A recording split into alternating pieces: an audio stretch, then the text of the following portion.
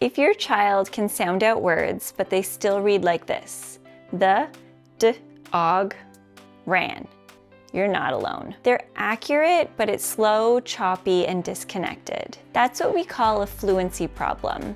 And without fluency, comprehension falls apart. In this video, I'll show you how to build reading fluency step by step using simple, structured, science of reading strategies that actually work. Let's dive in.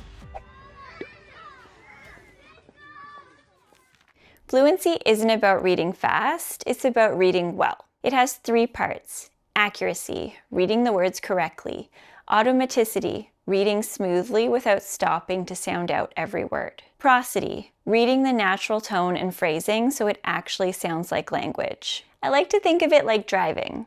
Accuracy is knowing the rules, automaticity is driving without thinking, and prosody is those smooth lane changes that make it feel effortless. Fluency is the bridge between reading and understanding. Without it, kids work so hard to decode that there's no energy left for comprehension. And when reading feels hard, they avoid it. When it flows, they want to read. That's why fluency isn't optional, it's the foundation. And in this video, I'll show you how to build it step by step.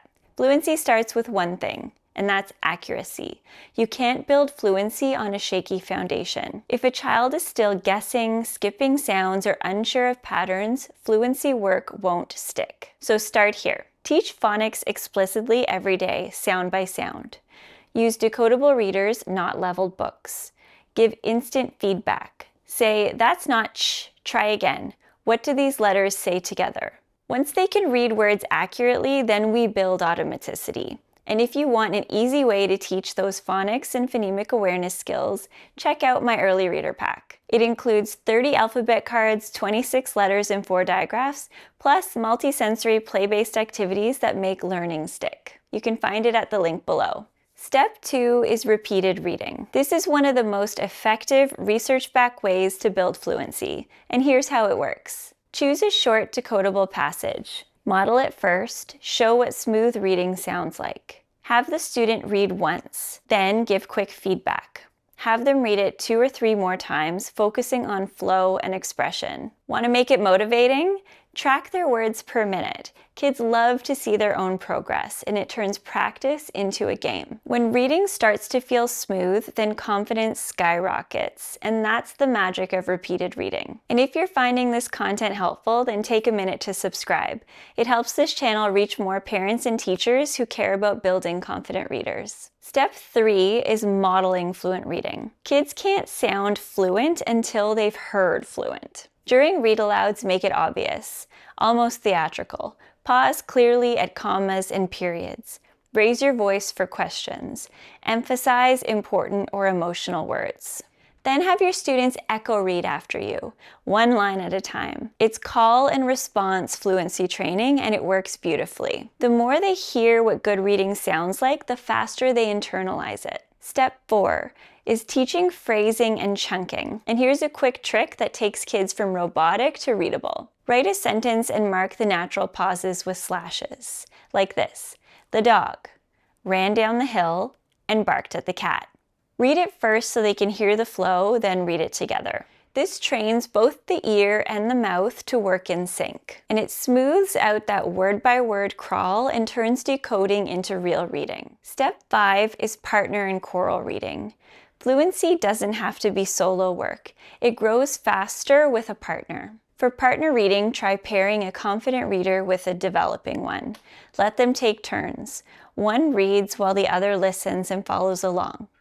For choral reading, have everyone read together, same pace, same tone, like a team reciting the rhythm. This lowers the pressure, it builds confidence, and it gives kids live models to follow. And honestly, it's fun. When reading becomes a shared rhythm, kids start to feel what fluency really sounds like. Step 6 is about making fluency fun. One of the best ways to do it is poetry. Poems are short, musical, and full of natural rhythm, perfect for practicing expression.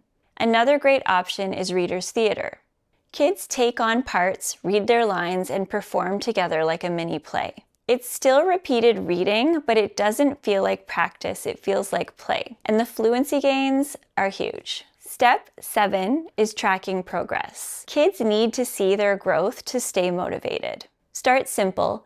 Try words per minute charts to show how their reading speed improves over time. Use accuracy checklists to track how often they read a passage without mistakes. And set small, clear goals they can actually reach. Each success builds momentum. Remember, fluency takes time, so celebrate every win, no matter how small, because fluency is what keeps them reading. Now let's recap the fluency flow. Step 1, build accuracy through phonics and phonemic awareness. Step 2, use repeated reading to smooth things out. Step 3, model fluent reading so kids can hear what it sounds like. Step 4, teach phrasing and chunking to add rhythm and meaning. Step 5, read together with partners or groups to build confidence. Step 6, use poems and perform to make it fun. Step 7, track progress and celebrate every win. Because fluency is what frees the brain to think, imagine, and understand. And that's the moment reading really clicks, when decoding turns into real understanding. If this video helped you, give it a like and check out the playlist Support for Struggling Readers. It's full of short, practical videos that build on everything we covered today. And if you haven't yet, hit subscribe so you don't miss what's next. You're helping kids build skills that change their whole world, one confident reader at a time.